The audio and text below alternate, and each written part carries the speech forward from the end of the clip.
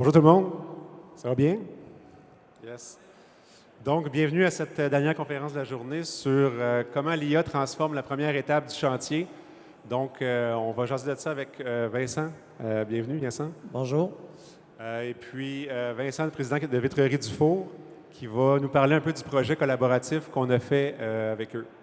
Donc, rapidement, un petit peu sur nous, on est Exploré, on fait du service conseil et intégration de technologies d'IA.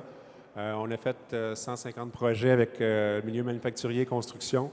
Donc, on touche à tout ce qui est des projets différents, projets d'intégration, des ateliers sur l'IA, sur ChatGPT, autant dans l'intégration que dans la conception là, d'outils d'IA. Vincent, parle-nous donc de Vitrerie Dufour. Premièrement, je vais me présenter. Vincent Dufour, je suis ingénieur de formation, président Vitrerie Dufour. On est une entreprise spécialisée en vitrerie architecturale.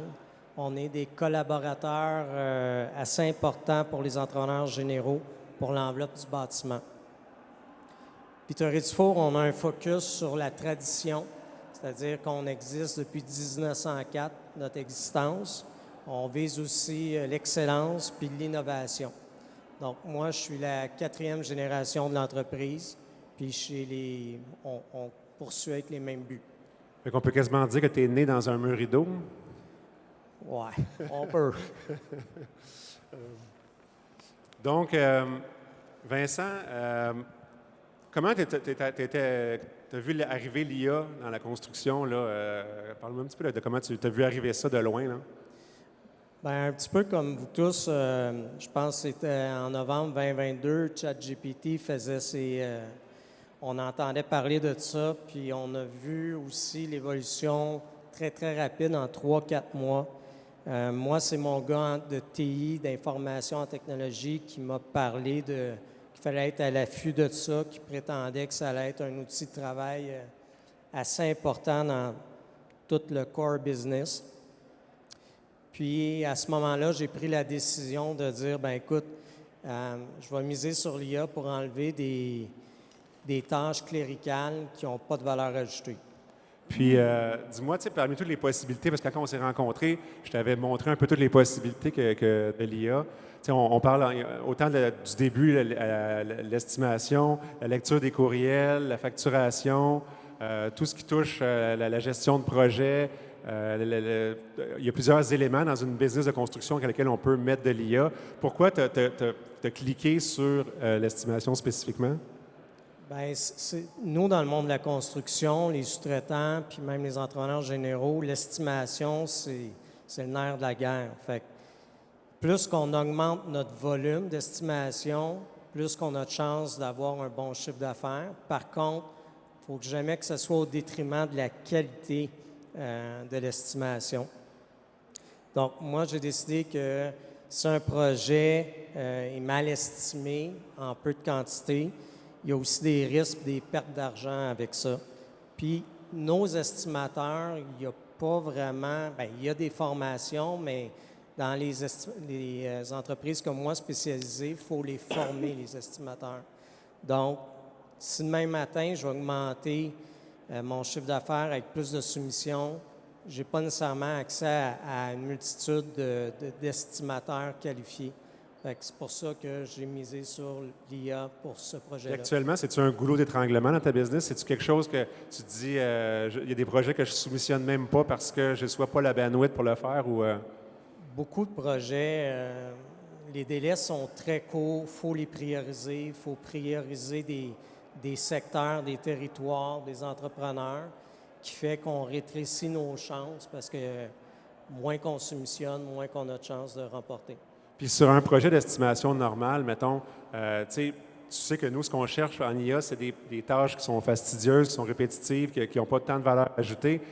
Dans le processus d'estimation comme tel, c'est quel bout que tu vois qui n'a pas tant de valeur ajoutée, mais pourtant qui est essentiel? Bien, c'est le bout que j'appellerais quantitatif. Donc, sortir les quantités, oui, il y a une valeur ajoutée à ça, mais tu as la bonne quantité ou la mauvaise quantité. Fait que moi, toute cette section-là, quantitatif, je mise sur l'IA. Fait que c'est pour ça que quand on a commencé le projet ensemble, sur lequel tu as collaboré avec nous, tu nous as spécifiquement alignés sur ce bout-là qui était long pour vous autres à travailler, mais pourtant qui est super important. Oui, très important. Fait que je vais. En fait, ce projet-là qu'on parle depuis tantôt, ça s'appelle Estimer.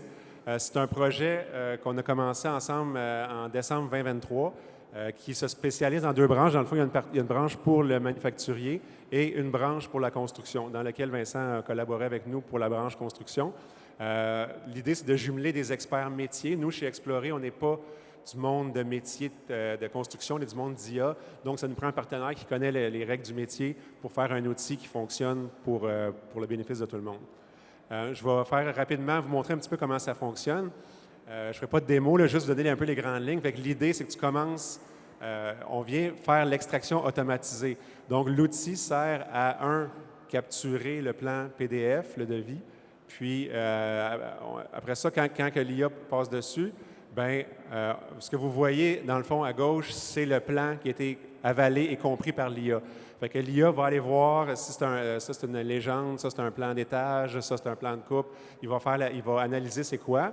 Et puis, ce que vous voyez au milieu, c'est que les premiers projets qu'on a faits, entre autres avec Vincent, on a fait un script d'exportation.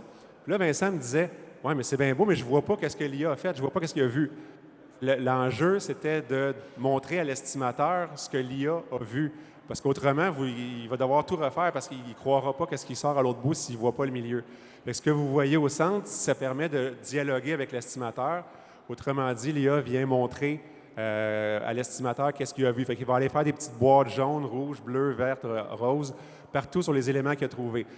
L'estimateur, son travail à lui, c'est de s'assurer que l'IA n'a pas rien manqué. Fait que c'est pas un coup de baguette magique là, que ça remplace vos estimateurs, c'est pas ça. C'est juste qu'on vient s'attarder aux petits bouts que l'humain doit faire. Si vous avez travaillé avec PlanSwift ou ePlan, bien, vous devez cliquer 100, 200, 300, 500 fois sur des petites boîtes sur votre plan et faire des boîtes pour calculer des aires, des pieds linéaires. Fait que c'est ce bout-là qu'on vient adresser spécifiquement avec l'IA. Fait que, le défi qu'on a avec les murs rideaux, c'est que dans un seul mur, tu as différentes composantes. Fait que, un outil de base va juste faire le tour de la fenêtre spécifique, mais il faut aller extraire chacune des composantes qui fait le mur rideau. Essentiellement, ce qu'on vient faire, c'est qu'on vient faire des boîtes autour des tableaux, des boîtes autour des icônes, puis on vient dire à l'IA, ça, c'est un processus de mur rideau. Fait qu'après ça, il va aller littéralement comprendre c'est quoi la structure, il va aller extraire les composantes, le type de revêtement, le type d'aluminium, etc. Puis ensuite, il va aller sur les pages du plan en bas, il va aller faire le relevé des quantités directement sur le plan. Fait que quand on a fini après ça, on a l'inventaire de chacun des composantes du mur rideau. Puis là, la job, justement, critique, si on veut, de l'estimateur commence. Puis tout le long dans le processus, ce qui était important pour moi, c'était d'avoir un visuel vu en plan, vu en élévation. Donc, chaque fois que j'ai, mettons, le MR 1, que j'ai retrouvé dans mon tableau, il va aller me le présenter sur mes élévations, sur mes vues en plan. Donc, l'estimateur est capable de confirmer ou annuler cette quantité-là, si elle est bonne ou pas bonne. Puis, je crois que ça va se peaufiner avec le temps. Plus que je le roule, plus qu'il va être précis. Puis, comment Estimer transforme le quotidien de l'estimateur? Mettons, pour ceux qui n'ont pas connu ça, puis les nouveaux qui commencent avec ça, c'est quoi le changement de paradigme que ça fait dans leur travail? Bien, ça va être la job de bras, la job que j'appelle quantitative, de dénombrer, de retracer sur le plan. C'est là que ça va aider.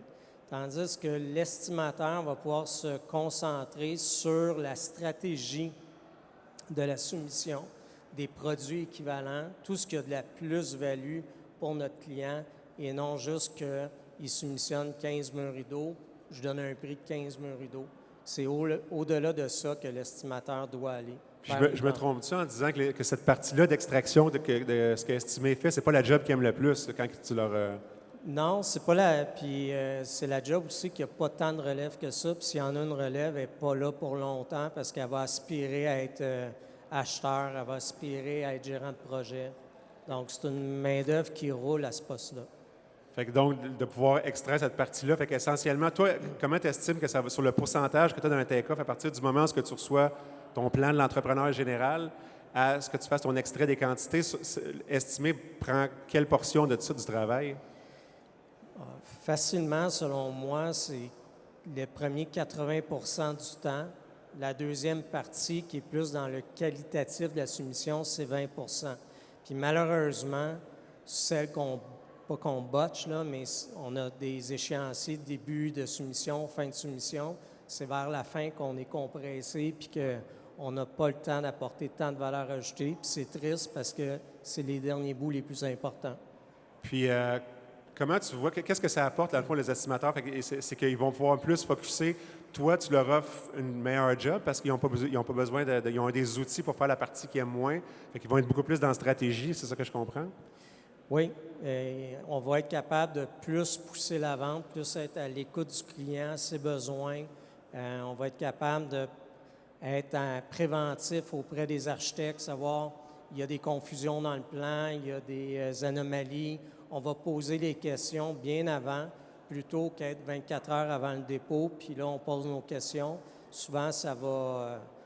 c'est pas apprécié là, des professionnels. Puis comment tu vois l'avenir de l'IA dans la construction? Quelle place ça va prendre selon toi? Bien, je pense que l'IA va prendre une grande place très rapidement, mais par contre, je pense que nous, on a un devoir en tant que propriétaire d'entreprise, ça va être de gérer cette information-là, parce qu'il va en avoir, puis la redescendre au chantier à des moments opportuns. Pas au début du projet, garrocher un livre complet à nos installateurs ou nos directions de projet. C'est étape par étape du chantier, on va redescendre l'information qui est utile pour la semaine ou la journée. Comme ce que tu disais, entre autres, dans un projet que tu m'as parlé, de pouvoir numériser des plans de moulure, de pliage. Donc, Ouais. l'IA fait cette partie-là que pour vous autres, c'est long, de ce que je comprends. Puis ça ne se limite pas juste à l'exécution, c'est que tout le processus des entreprises. Par exemple, ce que Vincent en tête dit, on peut-tu prendre un plan? Parce que les gars, ils écrivent ces chantiers, ils vont dessiner les moulures avec un crayon sur une boîte de carton, puis ils vont mettre des mesures avec les angles, le kit. Fait que c'est long après ça pour l'atelier, c'est ça que je comprends? Bien, souvent, on dit aux gars, OK, fais-nous ton relevé de solin ou de pliage. Puis la problématique, c'est la quantité, l'épaisseur, la couleur, puis que toutes les cotes sont là. Fait qu'il y a souvent du aller-retour entre la production et le chantier. On s'y reprend souvent, puis tout ça, ça se traduit par des délais. Fait que le pliage n'est pas arrivé au chantier, il n'est pas installé, ça retarde nos travaux. Là, ce qu'on a discuté, c'était de ramasser l'information dans le plan et la repousser au moment opportun au chantier avec le MR1, le type d'allège espéré, les types de moulures espérés avec les dimensions potentielles de profondeur. Et l'employé aura juste à remonter l'information. Les épaisseurs vont être là, les couleurs vont être là. On va juste redescendre l'information qu'il y a extrait au chantier. Fait que quand on dit de l'avenir, dans le fond, c'est que ça touche différents secteurs de la business que tu vois. Tu sais, c'est pas comme une baguette magique qui va venir opérer la business de construction, c'est plus différents outils qui vont automatiser des bouts clés qui n'ont pas grand valeur ajoutée, dans le fond, à l'entreprise. Oui, puis je rajouterais aussi que depuis 10 ans, il y a plusieurs compagnies qui ont essayé de descendre un dessin puis que l'employé rentre ses cotes lui-même. Écoute, il n'y a pas d'ordinateur, il n'y a pas d'iPad, il n'y a pas vraiment le goût. Le plus simple pour lui, c'est un bout de boîte de carton, il écrit dessus puis il te le remonte.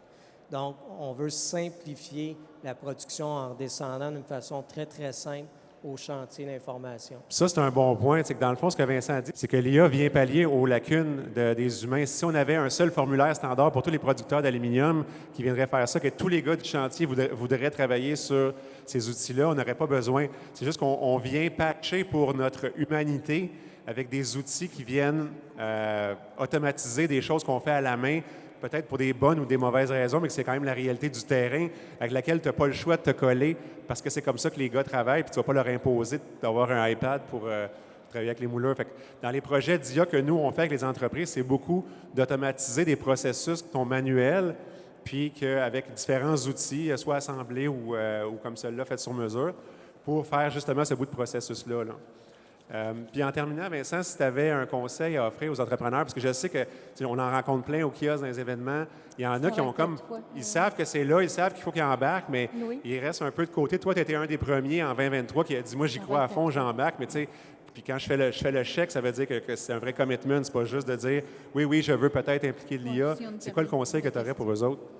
Bien, moi, je dirais que à l'heure actuelle, l'IA joue le rôle dans les années 90 du chiffrier Excel.